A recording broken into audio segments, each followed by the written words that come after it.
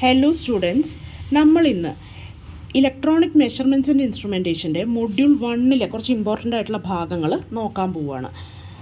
Static characteristics of an instrument എന്ന് പറഞ്ഞാൽ കുറച്ച് സ്റ്റാറ്റിക് ക്യാരക്ടറിസ്റ്റിക്സ് ഉണ്ട്. അപ്പോൾ അതൊന്ന് അറിഞ്ഞിരുന്നാൽ നമുക്ക് 1 മാർക്ക് ചോദ്യം ഇതിൽ നിന്ന് ഒരെണ്ണം തീർച്ചയായിട്ടും വരാറുണ്ട്. അപ്പോൾ ഭാഗ്യമുണ്ടെങ്കിൽ 2 ക്വസ്റ്റ്യൻ കിട്ടും. അപ്പോൾ ഇതിൽ നിന്ന് 2 മാർക്ക് നമുക്ക് സ്കോർ ചെയ്യാം. അപ്പോൾ സ്റ്റാറ്റിക് ക്യാരക്ടറിസ്റ്റിക്സ് എന്തൊക്കെയാണെന്ന് വെച്ചാൽ accuracy, precision, resolution, expected value, sensitivity. അപ്പോൾ അക്യുറസി എന്താണെന്ന് നോക്കാം. അക്യുറസി എന്ന് പറഞ്ഞാൽ closeness of measurement to true വാല്യൂവിനെയാണ് അക്യുറസി എന്ന് പറയുന്നത്. ഇതേപോലെ തന്നെ കഴിഞ്ഞ പ്രാവശ്യത്തെ ക്വസ്റ്റ്യൻ പേപ്പറിൽ ചോദിച്ചിട്ടുണ്ട്. Closeness of measurement to true value is called dash എന്ന് പറഞ്ഞിട്ട്. അപ്പോൾ അത് അക്യുറസിയാണ്. ഓക്കെ, റിലേറ്റീവ് അക്യുറസിയുടെ ഫോർമുല എന്ന് പറഞ്ഞാൽ y minus x by x ആണ്. അതായത് output minus measured output minus true input divided by input value. Okay, അതിനെയാണ് അക്യുറസി എന്ന് പറയുന്നത്. അടുത്തത് പ്രിസിഷൻ. പ്രിസിഷൻ എന്ന് പറഞ്ഞാൽ closeness of agreement among set of results. കുറേ റിസൾട്ടുകൾ കിട്ടിയിട്ടുണ്ടെങ്കിൽ അത് ഒരു ഏകദേശം അടുത്തടുത്ത് വരുന്ന റിസൾട്ടുകളാണെങ്കിൽ അത് പ്രിസൈസ് ആണ് എന്ന് നമുക്ക് പറയാം. ഓക്കെ, പ്രിസിഷൻ ഗുഡ് ആണെന്ന് പറയാം. ഓക്കെ, അപ്പോൾ അതാണ് പ്രിസിഷൻ എന്ന് പറയുന്നത്. അടുത്ത റെസല്യൂഷൻ. റെസല്യൂഷൻ എന്ന് പറഞ്ഞു കഴിഞ്ഞാൽ ഒരു small change in input value കൊണ്ടൊന്നും ഔട്ട്പുട്ട് നമുക്ക് കിട്ടാൻ പോകുന്നില്ല.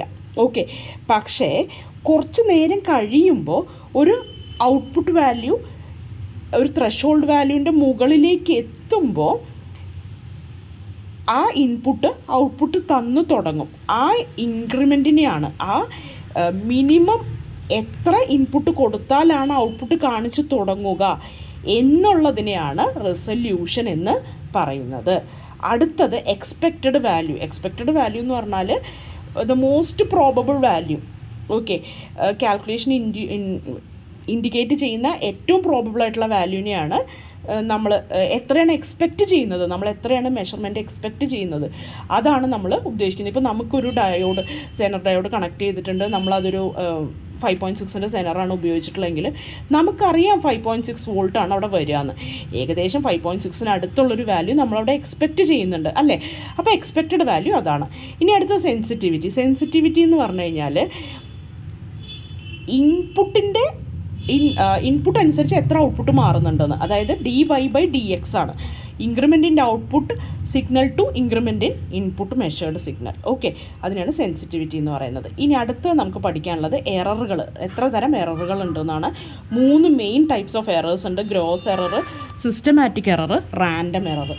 ഗ്രോസ് എറർ എന്ന് പറഞ്ഞു കഴിഞ്ഞാൽ ഈ ലാക്ക് ഓഫ് എക്സ്പീരിയൻസ് കാരണം, ഒബ്സർവറിന് ലാക്ക് ഓഫ് എക്സ്പീരിയൻസ് ഉണ്ടെങ്കിൽ, ആൾക്ക് അത്ര എക്സ്പീരിയൻസ് ഉള്ള ആളല്ലെങ്കിൽ അയാൾ ഗ്രോസ് എറേഴ്സ് ഉണ്ടാക്കാൻ സാധ്യതയുണ്ട്. അപ്പോൾ ഒബ്സർവറിനെ ഡിപ്പെൻഡ് ചെയ്യും ഈ ഗ്രോസ് എറർ എന്ന് പറയുന്നത്. പിന്നെ വേറൊരു കാര്യം എന്താണെന്ന് പറഞ്ഞാൽ ഇൻസ്ട്രുമെൻറ്റ് സെലക്ട് ചെയ്തത് ശരിയായില്ല എന്ന് വിചാരിക്കുക, അപ്പോഴും ഗ്രോസ് എറർ ഉണ്ടാവാൻ സാധ്യതയുണ്ട്. ഇപ്പോൾ മില്ലി ആംബിയേഴ്സ് ആണ് മെഷർ ചെയ്യേണ്ടത് എങ്കിൽ നമ്മൾ അതിന് വേണ്ടിയിട്ടൊരു മൈക്രോ ആംമീറ്റർ ഉപയോഗിച്ച് കഴിഞ്ഞാൽ നമുക്ക് എറർ കാണിക്കും. കാരണം അതിൽ ശരിക്കുള്ള ഇത് കാണിക്കില്ല അല്ലേ, കൃത്യമായിട്ടുള്ള ഒരു ഔട്ട്പുട്ട് കാണിക്കില്ല. അപ്പോൾ ഗ്രോസ് എറർ ഇതുകൊണ്ടൊക്കെ വരാം. എങ്ങനെ ഗ്രോസ് എറർ ശരിയാക്കാം, മിനിമൈസ് ചെയ്യാം? അതായത് ആദ്യം തന്നെ ഏറ്റവും നല്ല സ്യൂട്ടബിൾ ആയിട്ടുള്ള ഇൻസ്ട്രുമെൻ്റ് ഉപയോഗിക്കുക, റേഞ്ച് ഓഫ് വാല്യൂസ് അനുസരിച്ചിട്ടുള്ള സ്യൂട്ടബിൾ ആയിട്ടുള്ള ഇൻസ്ട്രുമെൻ്റ് ഉപയോഗിക്കുക. അടുത്തത് റീഡിങ്സ് കെയർഫുള്ളായിട്ട് മാർക്ക് ചെയ്യുക. ഓക്കെ, അടുത്തത് സിസ്റ്റമാറ്റിക് എറർ. സിസ്റ്റമാറ്റിക് എറർ എന്ന് പറഞ്ഞു കഴിഞ്ഞാൽ ഇപ്പോൾ ഒരു ഇൻസ്ട്രുമെൻ്റ് ഒരു എറർ ഉണ്ടാക്കുന്നുണ്ട് കേട്ടോ, ഒരു എറർ പ്രൊഡ്യൂസ് ചെയ്യുന്നുണ്ട്. ആ എറർ എങ്ങനെയാണ്, അതിനൊരു കോൺസ്റ്റൻറ്റ് യൂണിഫോം ഡീവിയേഷൻ ഉണ്ടെന്ന് വിചാരിക്കാം.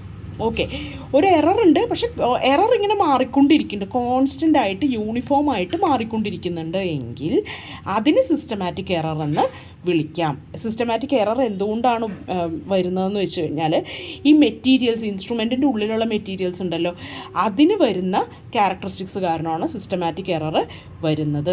Systematic error 3 തരമുണ്ട്. ഇൻസ്ട്രുമെൻ്റൽ എറേഴ്സ് ഉണ്ട്, എൻവയോൺമെൻറ്റൽ എറേഴ്സ് ഉണ്ട്, ഒബ്സർവേഷണൽ എറേഴ്സ് ഉണ്ട്. ഇൻസ്ട്രുമെൻ്റൽ എറർ എന്ന് പറഞ്ഞാൽ എന്താ, ഇൻസ്ട്രുമെൻറ്റിനും പ്രശ്നമുള്ളതുകൊണ്ട് എറർ വരുന്നു. എൻവയോൺമെൻറ്റൽ എറർ എന്ന് പറഞ്ഞാൽ എന്താ, ടെമ്പറേച്ചർ മാറുമ്പോൾ പ്രഷർ മാറുമ്പോഴൊക്കെ എന്തെങ്കിലും മെറ്റീരിയലിൽ ചിലപ്പോൾ ഒരു ചെറിയ എക്സ്പാൻഷൻ വരാം, അങ്ങനെ എന്തെങ്കിലുമൊക്കെ പോയിൻറ്ററിന് ചിലപ്പോൾ ഒരു ചെറിയ ഡിഫ്ലക്ഷൻ കൂടുതൽ വരാം, അങ്ങനെയുള്ള കാര്യങ്ങൾ കൊണ്ടൊക്കെ എൻവയോൺമെൻറ്റൽ എറർ ഉണ്ടാവാം. ഒബ്സർവേഷണൽ എറർ എന്ന് പറഞ്ഞു കഴിഞ്ഞാൽ ഇപ്പോൾ നമ്മുടെ ഒബ്സർവർ ശരിക്കും നിന്നിട്ട് നമ്മൾ നേരെ നോക്കിയെടുക്കണം എന്നുള്ള കാര്യം അറിയാതെ സൈഡിൽ നിന്ന് ചരിഞ്ഞ് നോക്കിയെടുത്തു കഴിഞ്ഞാൽ വേറൊരു റീഡിംഗ് ആയിരിക്കും കാണിക്കുന്നത്. അപ്പോൾ അതാണ് ഒബ്സർവേഷണൽ എറർ എന്ന് പറഞ്ഞാൽ.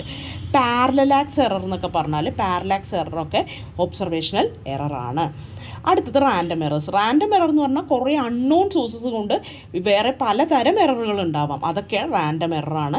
അപ്പോൾ അതുകൊണ്ട് തന്നെ എന്തുകൊണ്ടാണ് എറർ ഉണ്ടാവണമെന്ന് തന്നെ അറിയില്ല നമുക്ക്. അപ്പോൾ അത് മിനിമൈസ് ചെയ്യാനും വളരെ ബുദ്ധിമുട്ടാണ്.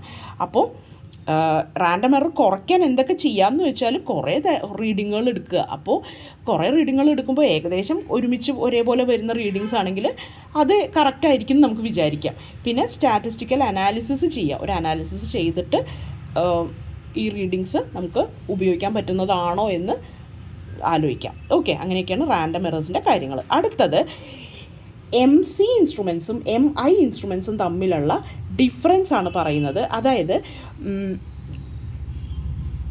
ഒരു മൂവിങ് കോയിൽ ഇൻസ്ട്രുമെൻറ്റും മൂവിങ് അയൺ ഇൻസ്ട്രുമെൻറ്റും തമ്മിലുള്ള വ്യത്യാസം ഇത് വളരെ ഇമ്പോർട്ടൻ്റ് ആണ്. കാരണം മൂവിങ് കോയിൽ ഇൻസ്ട്രുമെൻറ്റ്സ് എന്ന് പറഞ്ഞ് മാത്രം വേണമെങ്കിൽ ചോദിക്കാം. അപ്പോൾ അതിൻ്റെ ക്യാരക്ടറിസ്റ്റിക്സ് എന്ന് പറഞ്ഞാൽ ഈ 10 എഴുതി വെച്ചാൽ മതി. അതേപോലെ മൂവിങ് അയൺ ഇൻസ്ട്രുമെൻസിൻ്റെ കാര്യങ്ങൾ ചോദിക്കാം, അപ്പോഴും ഈ 10 എഴുതി വെച്ചാൽ മതി. അപ്പോൾ ഈ ഒരു ടേബിൾ പഠിച്ചുകൊണ്ട് പോയാൽ എളുപ്പത്തിൽ 2 ചോദ്യങ്ങൾക്ക് നമുക്ക് ഉത്തരം കൊടുക്കാൻ പറ്റും.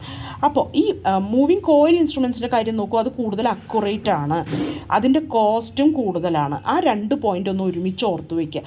വളരെ അക്യുറേറ്റ് ആയിട്ടുള്ള ഒരു കാര്യമാണെങ്കിൽ അപ്പോൾ അതിൻ്റെ കോസ്റ്റും കുറച്ച് കൂടുതലായിരിക്കും. വളരെ കറക്റ്റായിട്ടുള്ളൊരു സാധനം കിട്ടണമെങ്കിൽ കുറച്ച് കോസ്റ്റ് കൂടുതലായിരിക്കും. പക്ഷേ MI നേരെ തിരിച്ചാണ്. അത് അത്ര അക്യുറേറ്റ് അല്ല, ലെസ് അക്യുറേറ്റ് ആണ്, ചീപ്പ് കോസ്റ്റ് ആണ്. അപ്പോൾ ഒരു പോയിൻ്റ് ആലോചിച്ച് വെച്ചാൽ നമുക്ക് ഈ 4 കാര്യങ്ങളും എഴുതാൻ പറ്റും. ഓക്കെ, അപ്പോൾ മൂവിങ് കോയിൽ ഇൻസ്ട്രുമെൻറ്റിന് അക്യുറേറ്റ് ആണ്, കോസ്റ്റ് ഹൈ ആണ്. ഇനി അടുത്തത് അതിൻ്റെ റീഡിംഗ് സ്കെയിൽ നോക്കൂ, യൂണിഫോംലി ഡിസ്ട്രിബ്യൂട്ടഡ് ആണ്. അതായത് 1, 2, 3, 4 എന്ന് പറഞ്ഞാൽ കൃത്യമായിട്ടുള്ള ഡിസ്ട്രിബ്യൂഷനിലാണ് അതിൻ്റെ സ്കെയിൽ വരിക. എന്നാൽ നോൺ യൂണിഫോം സ്കെയിലാണ് MI ഇൻസ്ട്രുമെൻസിൻ്റെ.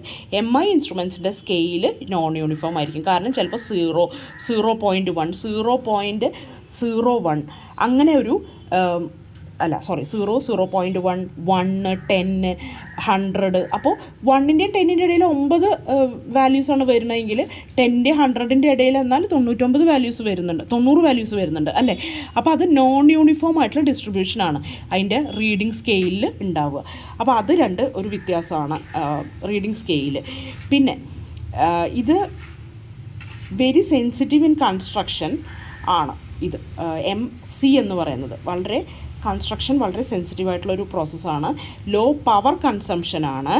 അതേപോലെ എഡ്ഡി കറണ്ട് ഡാമ്പിംഗ് ആണ് ഇവിടെ ഉപയോഗിക്കുന്നത്. നമുക്ക് MCയും MIയും പഠിക്കുമ്പോൾ നമുക്ക് പഠിക്കും 3 തരം ടോർക്കുകളുണ്ട്. അതിൽ ഒരു ഡാമ്പിംഗ് ടോർക്കും അതേപോലെ തന്നെ മറ്റൊരു ടോർക്കാണ് കൺട്രോളിംഗ് ടോർക്ക്. ഡാമ്പിംഗ് ടോർക്കും കൺട്രോളിംഗ് ടോർക്കും എന്ത് വഴിയാണെന്നുള്ളത് തമ്മിൽ വ്യത്യാസമുണ്ട്. അപ്പോൾ എഡ്ഡി കറണ്ട് ഡാമ്പിംഗ് ആണ് MC ഇൻസ്ട്രുമെൻസിന് ഉപയോഗിക്കുക. പിന്നെ MC ഇൻസ്ട്രുമെൻറ്റ്സ് DC മെഷർ ചെയ്യാൻ മാത്രമാണ് ഉപയോഗിക്കുക, അത് മറക്കരുത്.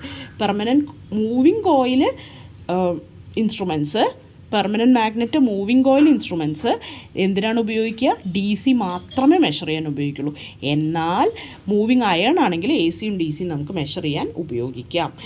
അപ്പോൾ MC വെച്ചിട്ടപ്പോൾ നമുക്ക് AC മെഷർ ചെയ്യണമെന്നുണ്ടെങ്കിൽ അപ്പോൾ നമ്മൾ എന്ത് ചെയ്യും? അതിനെ റെക്ടിഫൈ ചെയ്ത് DC ആക്കി മാറ്റി DC മെഷർ ചെയ്യുകയാണ് നമ്മൾ ചെയ്യാറുള്ളത്. അപ്പോൾ DC മാത്രമേ മെഷർ ചെയ്യാൻ പറ്റുള്ളൂ എന്ന് പറഞ്ഞു. പിന്നെ കൺട്രോളിംഗ് ടോർക്ക് ഇവിടെ സ്പ്രിങ് വഴിയാണ് കൊടുക്കുന്നത്. പിന്നെ അതേപോലെ MC ഇൻസ്ട്രുമെൻസിൻ്റെ കാര്യം പറയുകയാണ്, deflection is proportional to current. വളരെ ഇമ്പോർട്ടൻ്റ് ആണ്. ഡിഫ്ലക്ഷൻ കറണ്ടിന് പ്രൊപ്പോർഷണലാണ്. എറർ എന്തൊക്കെ കാരണങ്ങൾ കൊണ്ടുവരാം? കൺട്രോൾ സ്പ്രിങ്ങിൻ്റെ അതൊക്കെ കുറേ നാൾ ഉപയോഗിച്ചൊക്കെ കഴിയുമ്പോൾ കൺട്രോൾ സ്പ്രിങ്ങിനൊക്കെ എറേഴ്സ് വരാം. പെർമനൻറ്റ് മാഗ്നറ്റിനൊക്കെ ഏജിങ് കാരണം എററുകൾ വരാം. ഓക്കെ, ഇവിടെ ഹിസ്റ്റെറിസിസ് ലോസ് എന്നൊന്നില്ല.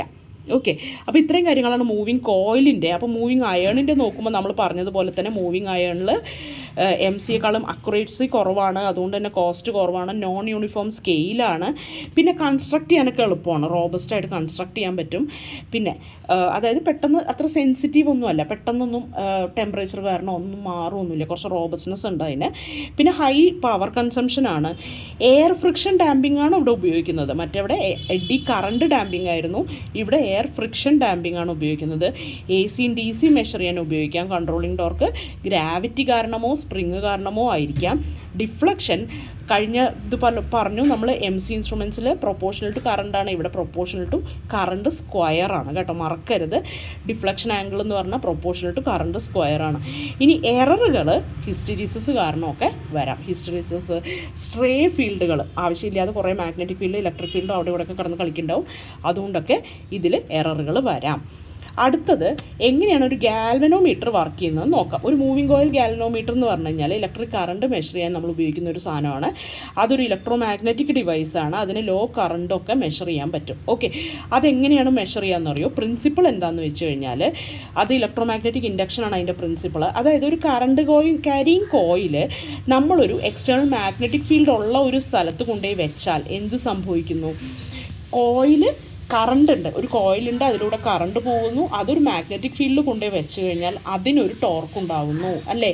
അതിലൊരു ഫോഴ്സ് ഉണ്ടാവുന്നുണ്ട്. ഇപ്പോൾ ഒരു ഫോഴ്സ് നമ്മൾ പഠിച്ചിട്ടില്ലേ, നമ്മൾ ഓൾറെഡി പഠിച്ചിട്ടുള്ളൊരു സംഭവമാണ്. അപ്പോൾ ഇതും ശ്രദ്ധിക്കുക. കറണ്ട് ക്യാരിയിങ് കോയിൽ ഒരു മാഗ്നറ്റിക് ഫീൽഡിൽ കൊണ്ട് വെച്ചു, മാഗ്നറ്റിക് ടോർക്ക് ഉണ്ടാവുന്നു.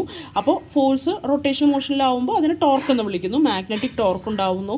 അപ്പോൾ ഒരു ആംഗിളിൽ അത് കിടന്ന് ഡിഫ്ലക്റ്റ് ചെയ്യാൻ തുടങ്ങും. ആ ഡിഫ്ലക്ഷൻ ആംഗിൾ ഈ മാഗ്നറ്റിക് ടോർക്കിന് പ്രൊപ്പോർഷനിലാവുകയും അത് ടോർക്ക് ഓൾറെഡി കറണ്ടിന് പ്രൊപ്പോർഷനിലാണ്, അപ്പോൾ അത് ഓൾറെഡി കറണ്ടിന് പ്രൊപ്പോർഷനിലാവുകയും ചെയ്യുന്നു. അപ്പോൾ അത് നമുക്ക് കാലിബ്രേറ്റ് ചെയ്ത് വെച്ച് കഴിഞ്ഞാൽ, ആ പോയിൻ്റർ കാലിബ്രേറ്റ് ചെയ്ത് വെച്ച് കഴിഞ്ഞാൽ നമുക്ക് കൃത്യമായിട്ട് കറണ്ട് മെഷർ ചെയ്യാൻ സാധിക്കും. അപ്പോൾ ഒരു ഇത് നോക്കൂ, ഗാൽവനോമീറ്ററിൻ്റെ കൺസ്ട്രക്ഷൻ നോക്കൂ. ഒരു നോർത്ത് പോളും സൗത്ത് പോളും ഉള്ള ഒരു മാഗ്നറ്റിൻ്റെ 2 പോളിൻ്റെ ഇടയിൽ നമ്മൾ എന്തൊക്കെ വെച്ചിട്ടുണ്ട്? ഒരു സ്പ്രിങ് ഉണ്ട്, ഒരു സോഫ്റ്റ് അയൺ കോറുണ്ട്. ആ മൂവിങ് കോയിലുണ്ടല്ലോ, ആ അയൺ കോറാണ് മൂവിങ് കോയിൽ എന്ന് പറയുന്നത്. അപ്പോൾ ആ കോയിൽ ഈ 2 ഇതിൻ്റെയും ഇടയിൽ വെച്ചിരിക്കുകയാണ് നമ്മൾ. ഒരു നോർത്ത് പോളിൻ്റെയും സൗത്ത് പോളിൻ്റെയും ഒരു പെർമനൻറ്റ് മാഗ്നറ്റിൻ്റെ ഇടയിൽ നമ്മൾ വെച്ചിട്ട് ആ കോയിൽ മൂവ് ചെയ്യും. മൂവിങ് കോയിലാണെന്നാണല്ലോ നമ്മൾ പറഞ്ഞത്, PMMC ആണല്ലോ, പെർമനൻറ്റ് മാഗ്നറ്റ് മൂവിങ് കോയിലാണ്. അപ്പോൾ കോയിൽ മൂവ് ചെയ്യും. എങ്ങനെ മൂവ് ചെയ്യും? നമുക്കറിയാം, ആ ഇതിലൂടെ ഒരു കറണ്ട് ക്യാരിയിങ് കോയിൽ അവിടെ ചുറ്റിയിട്ടുണ്ട്, ആ കോയിലിൽ ചുറ്റിയിട്ടുണ്ട്. അപ്പോൾ എന്താണ് സംഭവിക്കുക? കറണ്ട് ക്യാരിയിങ് കോയിൽ ചുറ്റുമ്പോൾ അതിനൊരു ടോർക്ക് ഉണ്ടാവുകയും ഈ കോയിൽ മൂവ് ചെയ്യുകയും, അപ്പോൾ എന്ത് സംഭവിക്കും? കോയിൽ മൂവ് ചെയ്യുമ്പോൾ അതിനോട് ബന്ധിപ്പിച്ചിട്ടുള്ള പോയിൻ്ററും മൂവ് ചെയ്യാൻ തുടങ്ങും. പോയിൻ്റർ എന്തിലൂടെ മൂവ് ചെയ്യും? ഒരു സ്കെയിലിലൂടെ മൂവ് ചെയ്യും. PMMC ആയതുകൊണ്ട് തന്നെ അതൊരു യൂണിഫോം സ്കെയിലായിരിക്കും.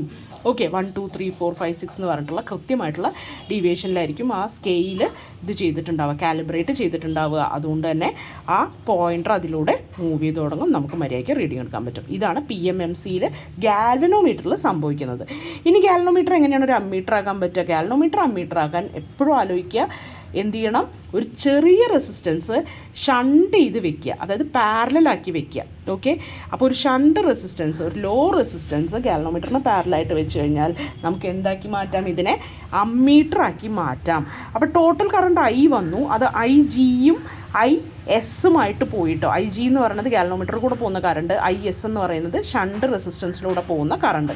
അത് രണ്ടുമായിട്ട് പോയിട്ടുണ്ട്. S എന്ന് പറയുന്നത് ആ റെസിസ്റ്റൻസ് ആണ്, ഷണ്ട് റെസിസ്റ്റൻസ് ആണ്. G എന്ന് പറയുന്നത് ഗാൽവനോമീറ്ററിൻ്റെ റെസിസ്റ്റൻസ് ആണ്. ഓക്കെ, അപ്പോൾ നമുക്ക് നോക്കാം എങ്ങനെയാണ് ഇതിൻ്റെ ഫോർമുല വരികയെന്ന്. ഫോർമുല മാത്രം ഒന്ന് പഠിച്ചു വയ്ക്കുക. S = G × IG / I - IS ആണ്. ഇതൊന്ന് പഠിച്ചു വയ്ക്കുക. അപ്പോൾ S എന്ന് പറഞ്ഞാൽ എന്താണ്? Shunt resistance. Shunt resistance = G galvanometer resistance × IG, current through galvanometer / I എന്ന് പറഞ്ഞാൽ ടോട്ടൽ കറണ്ട് -IS ഷണ്ട് റെസിസ്റ്റൻസിലൂടെയുള്ള കറണ്ട്. ഓക്കെ, അപ്പോൾ S = GIG / I - IS. അതൊന്ന് പഠിച്ചു വയ്ക്കണം. അടുത്തത് ഗാൽവനോമീറ്ററിനെ എങ്ങനെ വോൾട്ട് മീറ്റർ ആക്കി മാറ്റണം? നേരെ തിരിച്ച് നമ്മൾ എന്ത് ചെയ്യണം എന്നറിയോ? ഒരു ഹൈ റെസിസ്റ്റൻസ് എടുത്തിട്ട് സീരീസിൽ ഗാൽവനോമീറ്ററിന് സീരീസായിട്ട് വെച്ച് കൊടുത്തു കഴിഞ്ഞാൽ എന്ത് സംഭവിക്കും? ഈ ഗാൽവനോമീറ്ററിനെ വോൾട്ട് മീറ്റർ ആക്കി മാറ്റാൻ പറ്റും. അപ്പോൾ ആ ഫോർമുല എന്താണെന്ന് നോക്കാം. RH ഓക്കെ, അത് എത്രയാണ്? ഹൈ റെസിസ്റ്റൻസ് RH എന്ന് പറയുന്നത് V/Ig മൈനസ് RG ആണ്. Okay, V divided by IG, total voltage divided by current through galvanometer minus RG എന്ന് പറഞ്ഞാൽ ഗാലനോമീറ്ററിൻ്റെ റെസിസ്റ്റൻസ്. ഓക്കെ, അപ്പോൾ ഇവിടെ IG എന്ന് പറയുന്ന കറണ്ട് അത് പ്രൊപ്പോർഷണൽ ടു വോൾട്ടേജ് ആണ്. അതുകൊണ്ടാണ് അത് വോൾട്ടേജ് മെഷർ ചെയ്യാൻ പറ്റുമെന്ന് പറയണത്. അപ്പോൾ ഗാലനോമീറ്ററിൻ്റെ അതിലൂടെയുള്ള കറണ്ട് മെഷർ ചെയ്ത് കഴിഞ്ഞാൽ അത് പ്രൊപ്പോർഷണൽ ടു വോൾട്ടേജ് ആണ്. അപ്പോൾ നമ്മൾ വോൾട്ട് മീറ്റർ ആക്കി മാറ്റണമെന്നല്ലേ പറഞ്ഞത്. അപ്പോൾ വോൾട്ടേജ് അങ്ങനെ നമുക്ക് മെഷർ ചെയ്തെടുക്കാൻ പറ്റും. ഈ ഫോർമുല വെച്ചിട്ട് മെഷർ ചെയ്തെടുക്കാൻ പറ്റും. ഓക്കെ, അടുത്തത് നമുക്ക് പഠിക്കാനുള്ളത് PMMC എന്താണെന്നാണ്. PMMC ഇതേ തന്നെയാണ്, നമ്മളിപ്പോൾ ഇത്രയും നേരം പഠിച്ചുകൊണ്ടിരുന്ന സംഭവം തന്നെയാണ്. DC വോൾട്ടേജ് DC കറണ്ടൊക്കെ മെഷർ ചെയ്യാനുള്ള ഇൻസ്ട്രുമെൻറ്റിനെയാണ് PMMC എന്ന് പറയുന്നത്. അതിനകത്ത് ഇതിൽ ഡി ആർസനോവാൾ ടൈപ്പ് ഓഫ് ഗാലനോമീറ്ററാണ് ഉപയോഗിക്കുക. ഡി ആർസനോവാൾ ടൈപ്പ് ഓഫ് ഗാലനോമീറ്റർ എന്ന് പറഞ്ഞു കഴിഞ്ഞാൽ അതിൽ നമ്മളിപ്പം കണ്ട ആ മൂവിങ് കോയിൽ ഉണ്ടാവും. ഈ ഡയറക്റ്റായിട്ടുള്ള റീഡിങ് എടുക്കാൻ പറ്റും പോയിൻ്ററും സ്കെയിലൊക്കെ വെച്ചിട്ട്. അതിന് തന്നെ ആ മൂവ്മെൻറ്റിനെയാണ് ഡി ആർസനോവാൾ മൂവ്മെൻ്റ് എന്ന് പറയുന്നത്. ഒരു കറണ്ട് കോയിലിൽ ഒരു പോയിൻ്റർ ഘടിപ്പിച്ചിട്ട് അതിലൊരു കറണ്ട് പാസ് ചെയ്യുമ്പോൾ പെർമനൻറ്റ് മാഗ്നറ്റിൻ്റെ ഇടയിലാണ് നിൽക്കണമെങ്കിൽ അതിലൊരു ടോർക്ക് ഉണ്ടാവും, ഒരു റൊട്ടേറ്റിംഗ് ഫോഴ്സ് ഉണ്ടാവും. അപ്പോൾ എന്ത് സംഭവിക്കും? ആ ഇതും ഡിഫ്ലക്റ്റ് ആവാൻ തുടങ്ങും. ആ കോയിൽ തന്നെ ഡിഫ്ലക്റ്റ് ആവാൻ തുടങ്ങും. അതിൽ പോയിൻ്റർ ഘടിപ്പിച്ചിട്ടുള്ളതുകൊണ്ട് പോയിൻ്ററും നീങ്ങാൻ തുടങ്ങുമ്പോൾ റീഡിങ് കാണിക്കും. ഓക്കെ, അപ്പോൾ അത് എന്തിന് പ്രൊപ്പോർഷണലായിരിക്കും? കറണ്ടിന് പ്രൊപ്പോർഷണലായിരിക്കും. ഇത്രയാണ് PMMCക്കകത്ത് പഠിക്കാനുള്ളത്. ഇതേ കാര്യങ്ങൾ തന്നെയാണ് നമ്മളിത് പഠിച്ചതാണ്. ഓക്കെ, ഇനി അടുത്തത് അപ്പോൾ 3 തരം ടോർക്ക് ഉണ്ടെന്ന് നമ്മൾ പറഞ്ഞു. ഡിഫ്ലക്റ്റിംഗ് ടോർക്ക് ഉണ്ട്, കൺട്രോളിംഗ് ടോർക്ക് ഉണ്ട്, ഡാമ്പിംഗ് ടോർക്ക് ഉണ്ട്. ഓക്കെ, അപ്പോൾ ഡിഫ്ലക്റ്റിംഗ് ടോർക്ക് എന്ന് പറഞ്ഞു കഴിഞ്ഞാൽ ഈ എങ്ങനെയാണ് ഡിഫ്ലക്ഷൻ വരുന്നത്, നമ്മുടെ പോയിൻ്ററിൽ എങ്ങനെയാണ് ഡിഫ്ലക്ഷൻ വരുന്നത്, അത് ആ ഫോഴ്സ് കാരണം, ടോർക്ക് കാരണം, കറണ്ട് പോകുന്ന കോയിലുള്ള ടോർക്ക് കാരണം, ഫോഴ്സ് കാരണമാണ് ഡിഫ്ലക്റ്റിംഗ് ടോർക്ക് വരുന്നത്. ഇനി കൺട്രോളിംഗ് ടോർക്ക് എങ്ങനെയാണ് കൊടുക്കുന്നത്? അത് ആ സ്പ്രിങ് ആണ് കൊടുക്കുന്നത്. ഓക്കെ, സ്പ്രിങ് ആണ് കൺട്രോളിംഗ് ടോർക്ക് കൊടുക്കുന്നത്. ഡാമ്പിംഗ് ടോർക്ക് കൊടുക്കുന്നത് എഡ്ഡി കറണ്ടാണ്. എഡ്ഡി കറണ്ട് എവിടെയാണ് ഇൻഡ്യൂസ് ആയിട്ടുള്ളത്? ആ മൂവിങ് കോയിലിലെ അയൺ കോറിലാണ്. ഒരു അയൺ കോറിലാണ് ഈ മൂവിങ് കോയിൽ ചുറ്റിയിട്ടുള്ളത്. ആ അയൺ കോറിലാണ് ഡാമ്പിംഗ് ടോർക്ക് ഇൻഡ്യൂസ് ആയിട്ടുള്ളത് കേട്ടോ. അപ്പോൾ ഡാമ്പിംഗ് ടോർക്ക് എഡ്ഡി കറണ്ട് കാരണമാണ്, കൺട്രോളിംഗ് ടോർക്ക് സ്പ്രിങ് കാരണമാണ്, deflecting torque force acting on the coil when current flow through it. Okay, അപ്പോൾ ഈ 3 എണ്ണമാണ് ഏതിൻ്റെ? MCയുടെ, മൂവിങ് കോയിലിൻ്റെ. മറക്കരുത്. അടുത്ത മൂവിങ് കോയിലിൻ്റെ അഡ്വാൻറ്റേജസ് ഡിസഡ്വാൻറ്റേജസ് എല്ലാം ഉണ്ട്. എല്ലാം കൃത്യമായിട്ട് പഠിക്കുക. അതായത് ഇതൊക്കെ തന്നെയാണ് നമ്മൾ ആ ഡിഫറൻസിൽ പഠിച്ചത്. അപ്പോൾ ആ ഒരു ടേബിൾ ഇനി കുറേ കാര്യങ്ങൾ കിട്ടും കേട്ടോ. അതായത് സ്കെയിൽ യൂണിഫോം ആണ്, അക്യുറേറ്റ് ആണ്, റിലയബിൾ ആണ്, എഡ്ഡി കറണ്ട് ഡാമ്പിംഗ് ഉണ്ട്, പിന്നെ സ്ട്രേ മാഗ്നറ്റിക് ഇഫക്റ്റ് ഒന്നുമില്ല, സ്ട്രോങ് പെർമനൻറ്റ് മാഗ്നറ്റ് ആയതുകൊണ്ട്, ലോ ഡ്രൈവിംഗ് പവർ മതി, പവർ കൺസംഷൻ ലോ ആണെന്ന് പഠിച്ചില്ലേ, അത് തന്നെയാണ്. ഡിസഡ്വാൻറ്റേജ് എന്തൊക്കെയാണ്? DC മാത്രമേ പറ്റുള്ളൂ, കോസ്റ്റും കൂടുതലാണ്. ഇതൊക്കെ നമ്മൾ ആ ടേബിളിൽ പഠിച്ചതാണ്. ഓക്കെ, ഇനി അടുത്ത moving iron instrument. Moving iron instrument എന്ന് പറഞ്ഞു കഴിഞ്ഞാൽ ഇതിലും നമ്മൾ കറണ്ടോ വോൾട്ടേജോ ആണ് മെഷർ ചെയ്യുന്നത്. ഇതിൻ്റെ പ്രിൻസിപ്പിൾ എന്താണെന്ന് പറഞ്ഞു കഴിഞ്ഞാൽ, ഇപ്പോൾ ഒരു അയണിനെ, ഒരു അയൺ പീസിനെ ഒരു മാഗ്നറ്റിൻ്റെ ഇടയിൽ കൊണ്ടുവന്ന് വെച്ച് കഴിഞ്ഞാൽ, മാഗ്നറ്റിൻ്റെ അടുത്ത് കൊണ്ട് വെച്ച് കഴിഞ്ഞാൽ മാഗ്നറ്റ് എന്ത് ചെയ്യും? അതിനെ അട്രാക്റ്റ് ചെയ്യും അല്ലേ? അപ്പോൾ ആ ഫോഴ്സ് ഓഫ് അട്രാക്ഷൻ എന്തിനെയാണ് ഡിപ്പെൻഡ് ചെയ്യുക? ഈ മാഗ്നറ്റിക് ഫീൽഡിൻ്റെ സ്ട്രെങ്ത്തിനെയാണ് ഡിപ്പെൻഡ് ചെയ്യുക. അപ്പോൾ ആ മാഗ്നറ്റിക് ഫീൽഡ് ഒരു ഇലക്ട്രോ മാഗ്നറ്റാണ് ഉണ്ടാക്കണമെന്ന് വിചാരിക്കുക. അതായത് ഒരു മാഗ്നറ്റ് ഇലക്ട്രോ മാഗ്നറ്റാണ്, ഇലക്ട്രിസിറ്റി പാസ് ചെയ്യുമ്പോഴാണ് അത് മാഗ്നറ്റായി മാറുന്നത് എങ്കിൽ, ഇലക്ട്രോ മാഗ്നറ്റ് ആണ് എങ്കിൽ, അപ്പോൾ ആ മാഗ്നറ്റിക് ഫീൽഡ് തന്നെ എങ്ങനെയാണ് ഉണ്ടായത്? അത് അതിലൂടെ പോകുന്ന കറണ്ട് കാരണമാണ് ഉണ്ടായിട്ടുള്ളത്. അപ്പോൾ ഒരു ഇലക്ട്രോ മാഗ്നറ്റ് ഉണ്ട്, നമ്മളതിലൂടെ കറണ്ട് പാസ് ചെയ്തു, അത് ഇലക്ട്രോ മാഗ്നറ്റായി മാറി. അപ്പോൾ അവിടെ ഒരു മാഗ്നറ്റിക് ഫീൽഡ് ഉണ്ടാവുന്നു. ആ മാഗ്നറ്റിക് ഫീൽഡ് കാരണം അതിനടുത്ത് കൊണ്ട് വെച്ചിട്ടുള്ള ഒരു അയണിൻ്റെ കഷ്ണം, അയൺ ഇങ്ങോട്ട് അട്രാക്റ്റ് ആവുന്നു. അപ്പോൾ എന്ത് സംഭവിക്കുന്നു? അപ്പോൾ അവിടെ ഒരു ഡിഫ്ലക്ഷൻ ഉണ്ടാവുന്നു. ആ ഒരു അട്രാക്ഷൻ ഉണ്ടാകുമ്പോൾ ഒരു ഡിഫ്ലക്ഷൻ ഉണ്ടായല്ലോ, ഒരു അനക്കം ഉണ്ടായല്ലോ. അപ്പോൾ അത് കാരണം ഒരു ഡിഫ്ലക്ഷൻ ഉണ്ടാവുമ്പോൾ നമ്മൾ അതിനെ വിളിക്കുന്ന പേരാണ്, എന്തിൻ്റെ പ്രിൻസിപ്പളാണ്? Moving iron ഇൻസ്ട്രുമെൻറ്റിൻ്റെ പ്രിൻസിപ്പളാണ്. അപ്പോൾ ഇലക്ട്രോ മാഗ്നറ്റ് എന്താണെന്ന് നമുക്ക് മനസ്സിലായി. ടെമ്പററി മാഗ്നറ്റാണ്. അതിൻ്റെ മാഗ്നറ്റിക് ഫീൽഡ് കൂടുകയോ കുറയുകയോ ചെയ്യും. എങ്ങനെ? അതിലൂടെ പാസ് ചെയ്യുന്ന കറണ്ട് അനുസരിച്ച്. ഓക്കെ, അപ്പോൾ അതിനെയാണ് മൂവിങ് അയൺ ഇൻസ്ട്രുമെൻ്റ് എന്ന് പറയുന്നത്. 2 തരം മൂവിങ് അയൺ ഇൻസ്ട്രുമെൻ്റ് ഉണ്ട്. അതായത് അട്രാക്ഷൻ ടൈപ്പും ഉണ്ട്, റിപ്പൾഷൻ ടൈപ്പും ഉണ്ട് കേട്ടോ. അപ്പോൾ അട്രാക്ഷൻ ടൈപ്പിലെന്ന് പറഞ്ഞു കഴിഞ്ഞാൽ ഈ അയൺ പ്ലേറ്റിനെ വീക്കർ ഫീൽഡിൽ നിന്ന് സ്ട്രോങ്ങർ ഫീൽഡിലേക്ക് അട്രാക്റ്റ് ചെയ്യുന്ന ടൈപ്പിനെയാണ് അട്രാക്ഷൻ ടൈപ്പ് എന്ന് പറയുന്നത്. ഇവിടെ നമുക്ക് കാണാം, ഇവിടെ ഒരു പോയിൻ്റർ ഉണ്ട്, ഒരു മൂവിങ് അയൺ ഉണ്ട് കേട്ടോ. അയൺ ആണ് മൂവ് ചെയ്യുന്നതെന്ന് ആലോചിക്കുക. കോയിൽ വൈൻഡ് ചെയ്ത് വെച്ചിട്ടുണ്ട്. എന്നിട്ട് നമ്മൾ എന്ത് ചെയ്യുമെന്ന് പറഞ്ഞു കഴിഞ്ഞാൽ ഈ പോയിൻ്റർ ഇതിലൂടെ പോകുമ്പോൾ സ്റ്റേഷനറി കോയിലിലൂടെ കറണ്ട് പാസ് ചെയ്യുമ്പോൾ അവിടെ ഒരു മാഗ്നറ്റിക് ഫീൽഡ് ഉണ്ടാവുകയും അത് അയൺ കോയിലിനെ അട്രാക്റ്റ് ചെയ്യുകയും ചെയ്യുന്നു. ഇത് മൂവിങ് ആയിട്ടുള്ള അയൺ കോയിലായതുകൊണ്ട് തന്നെ അവിടെ അത് അനങ്ങുകയും ഈ പോയിൻ്റർ നീങ്ങുകയും ചെയ്യുന്നു. അപ്പോൾ നമുക്ക് അങ്ങനെ വാല്യൂസ് കിട്ടും. ഓക്കെ, അങ്ങനെയാണ് വാല്യൂസ് നമുക്ക് കിട്ടുക. ഇനി അടുത്തത് റിപ്പൾഷൻ ടൈപ്പ് ഉണ്ട്. റിപ്പൾഷൻ ടൈപ്പിന് 2 വെയിൻ ഉണ്ട്. 2 വെയിൻ അല്ലെങ്കിൽ 2 കോയിലുണ്ട്. ഒന്ന് മൂവിങ് കോയിലും ഉണ്ട്, ഒരു ഫിക്സഡ് കോയിലും ഉണ്ട്. അപ്പോൾ ഇവിടെ എന്താ സംഭവിക്കുക എന്ന് പറഞ്ഞു കഴിഞ്ഞാൽ, ഇവിടെ ഇത് അയണിൻ്റെ ഇലക്ട്രോ മാഗ്നറ്റിൻ്റെ ഇടയിലാണല്ലോ വെച്ചിട്ടുള്ളത്. ഈ 2 അപ്പുറം ഇപ്പുറം നോർത്ത് സൗത്ത് നമുക്ക് ഇലക്ട്രോ മാഗ്നറ്റ്സ് കാണാം. അപ്പോൾ അവിടെ ഒരു മൂവിങ് വെയിനും ഫിക്സഡ് വെയിനും വെച്ചിട്ടുണ്ട്. അപ്പോൾ എന്ത് സംഭവിക്കും എന്ന് പറഞ്ഞു കഴിഞ്ഞാൽ, ഈ മൂവിങ് വെയിനിൻ്റെ ഇടയിലാണ് ഈ പോയിൻ്റർ വെച്ചിട്ടുള്ളത് കേട്ടോ. അപ്പോൾ എന്താ സംഭവിക്കുക എന്ന് പറഞ്ഞു കഴിഞ്ഞാൽ, കറണ്ട് പാസ് ചെയ്യുമ്പോൾ ഇലക്ട്രോ മാഗ്നറ്റ് പോളറൈസ് ആവുകയും അതിന് നോർത്ത് സൗത്ത് പോളുകൾ ഉണ്ടാവുകയും നമ്മുടെ